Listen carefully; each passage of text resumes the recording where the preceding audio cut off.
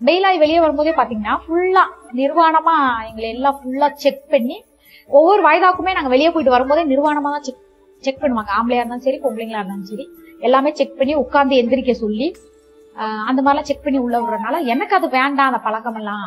சாப்பாடு பாத்தீங்கன்னா 3 நேரமே ரைஸ் தான் சாப்பாடு தான். அப்புறம் சாம்பார் கொடுப்பாங்க, நல்லா தயிர் சாதம் கெட்டியா தயிர் சாதம் கொடுப்பாங்க. புதன்கிழமை மத்தியானம் பாத்தீங்கன்னா ரசம் உருளைக்கிழங்கு பொரியல், வியாழக்கிழமை கீரை குழம்பு கொடுப்பாங்க, அப்புறம் வெள்ளிக்கிழமை தயிர் சாப்பாடு, சனிக்கிழமை சாம்பார் கொடுப்பாங்க, ஞாயிற்றுக்கிழமை சிக்கன் ஒரு பேத்துக்கு ஒரு பீஸ் கொடுப்பாங்க. காலைல எந்திரிச்சோன்னா டீ கொடுப்பாங்க. அப்புறம் வாரத்துல 3 நாள் கஷாயம் கொடுப்பாங்க. அப்புறம் டாக்டர் வருவாங்க. வாரம் சனிக்கிழமை வந்து பாத்தீங்கன்னா மருத்துவர் நிறைய இருக்குது. கர்ப்பப்பை, அப்புறம் தோல் பிரச்சனை, அப்புறம் தலைவலி, இந்த மாதிரிலாம் டாக்டர் வருவாங்க. அவங்களுக்கு வந்து ரொம்ப பெருசா இருக்கு, இப்ப கர்ப்பப்பை இருக்குது, அவங்க ஆபரேஷன் பண்ணா சிகிச்சை எழுதி கொடுத்து அங்க போய் பண்ணிடுவாங்க.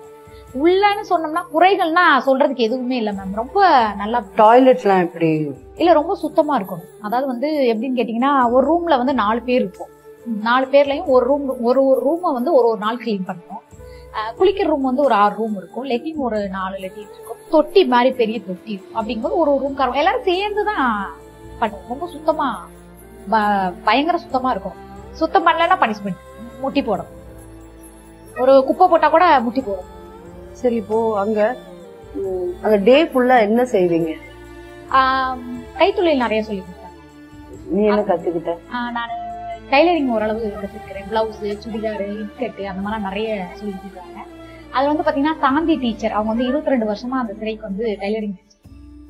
அப்புறம் ரம்யா டீச்சர்னு ஒருத்தவங்க, இந்த பானையில எல்லாம் எம்ப்ராய்டிங் மாதிரி போட்டு பெயிண்டிங் பண்ணி அந்த மாதிரி அவங்க சொல்லி கொடுப்பாங்க. அப்புறம் பேங்கிள்ஸ் அந்த நூல்ல சுத்தி குந்தன் ஸ்டோன் ஊட்டுவாங்க கிராண்டா, அந்த இது சொல்லி கொடுத்தாங்க. அப்புறம் கவுன்சிலிங்க்கு நிறைய பேர் வருவாங்க. அதுல கிறிஸ்டிமான்னு சொல்லி ஒரு அம்மா இருக்காங்க. வாரம் என்ன பண்ணுவாங்க கவுன்சிலிங் எல்லாம் வருவாங்க. வந்து இப்ப நான் இருக்கேன் பாத்தீங்களா பொறுமையா, இத 100 பேத்துக்கு சொல்லுவாங்க. அதுல ஒருத்தர் மட்டும் தான் கேட்டு அதை கரெக்டா மேனேஜ் அந்த மாதிரி பண்ணுவாங்க. அப்படிங்கும்போது அப்ப நிறைய பேர் கவுன்சிலிங் சொல்லிட்டு நிறைய பேர் வருவாங்க. அப்புறம் வாரம் செவ்வாய்க்கிழமை எங்க சூப்பரண்டம்மா வருவாங்க. ஏதாவது சாப்பாடோ இல்ல மத்தபடி ஏதாவது குறைகள் இருக்கான்னு கேட்பாங்க. அப்புறம் ஞாயிற்றுக்கிழமை டிஐஜி ஐயா வருவாங்க, ஏதாவது குறைகள் இருக்கான்னு கேட்பாங்க. அப்புறம் மாசத்துக்கு ஒரு வாட்டி ஜட்ஜம்மா வருவாங்க, அவங்க வந்து ஏதாவது குறை இருக்கான்னு கேட்பாங்க. அப்புறம் ஹியூமன் ரைட்ஸ்ல மனித உரிமை ஆணையம் இருக்கு, அங்க இருந்து எப்படியும் 3 மாசம் திடீர்னு எப்ப வேணாலும் வருவாங்க. அப்புறம் ஃபுட்டு இதுல இருந்து வருவாங்க. திடீர்னு யார் வேணாலும் எப்ப வேணாலும் வருவாங்க. அப்படின்னால ரொம்ப சேஃபா.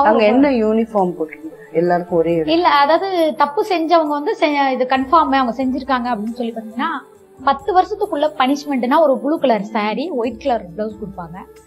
லைஃப், அதாவது டபுள் லைஃப்னு சொல்லுவாங்க. அவங்களுக்கு இந்த கொலை கேஸ்ல வராங்க இல்லைங்களா, அவங்களுக்கு வந்து ரெட் கலர் சாரியும் ஒயிட் கலர் பிளவுஸும் கொடுப்பாங்க. நாங்க விசாரணை கைதி தானே அப்படிங்கும்போது நார்மல் ட்ரெஸ் தான், நாங்க போற மாதிரி சுடிதாரு, சேலை, அந்த மாதிரி 3 செட்டு வச்சுக்கலாம், அவ்வளவுதான். அதுக்கு மேல நீங்க வாஷ் பண்ணி ஆமா அதே தான். நாங்க இப்போ இந்த சானிட்டரி நாப்கின்ஸ் எல்லாம் இருக்குல்ல, சோ அதெல்லாம் உங்களுக்கு சப்ளை பண்ணுவாங்களா? நாப்கின் எல்லாம் உள்ளே கொடுக்குறாங்க. உள்ளே கொடுப்பாங்க. அங்க இருக்கிறவங்க யாராவது ஃப்ரெண்ட்ஸ் ஆனாங்களா? ஃப்ரெண்ட்ஸ்னா நிறைய பேர் இருந்தாங்க. நான் உடம்பு சரியில்லாதப்ப என்ன ரொம்ப பத்திரமா பாத்துக்கிட்டாங்க. ஃப்ரெண்ட் இருந்தாங்க. பட் நான் அதோட அங்க ஃப்ரெண்ட்ஷிப் வேண்டாம். இல்ல வேண்டாம், ஏன்னா அவங்க எல்லாருமே வேற ஒரு இதுல வந்திருக்கிறாங்க.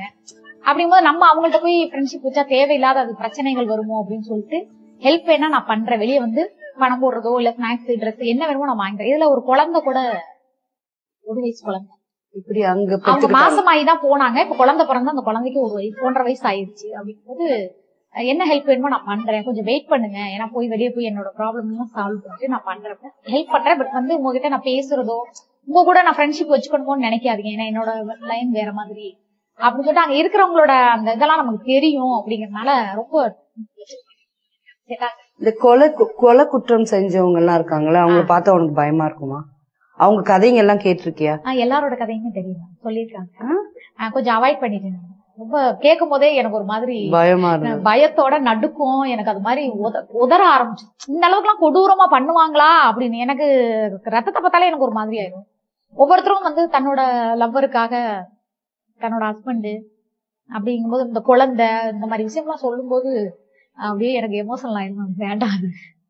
அதனால நான் அவங்க கூட எல்லாம் சேர மாட்டேன், பேச மாட்டேன். ஏன்கா எங்களை கண்டுபிடி போறீங்க, இல்ல வேண்டாம் அப்படின்னு சொல்லி. இல்ல அப்படி ஏதாவது சொன்னா அந்த சினிமால நடக்கிற மாதிரி பலார் எல்லாம் வச்சிட மாட்டாங்களா? ஐயோ இல்ல மேம்,